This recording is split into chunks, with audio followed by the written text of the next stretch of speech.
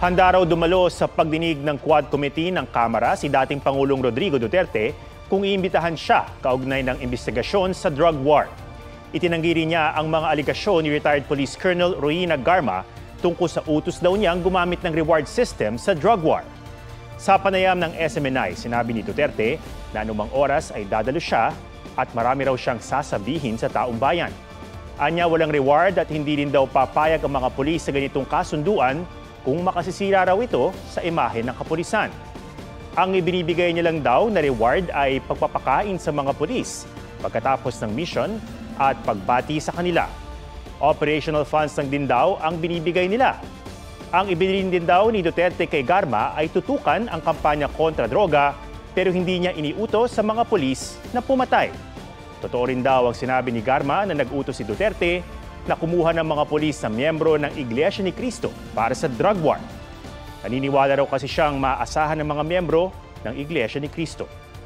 Tinanong din namin ng Iglesia ni Cristo kaugnay nito.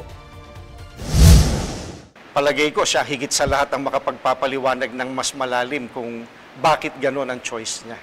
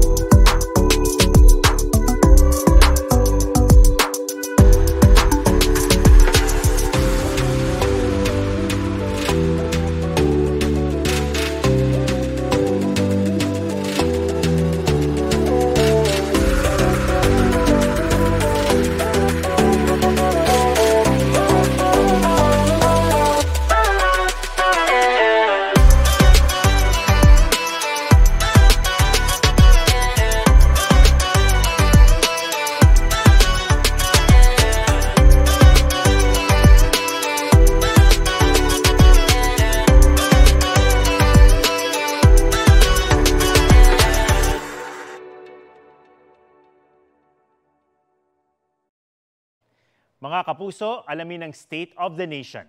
Mag-subscribe sa GMA Integrated News sa YouTube. Sa ating mga kapuso abroad, samahan niyo kami sa GMA Pinoy TV at sa www.gmanews.tv.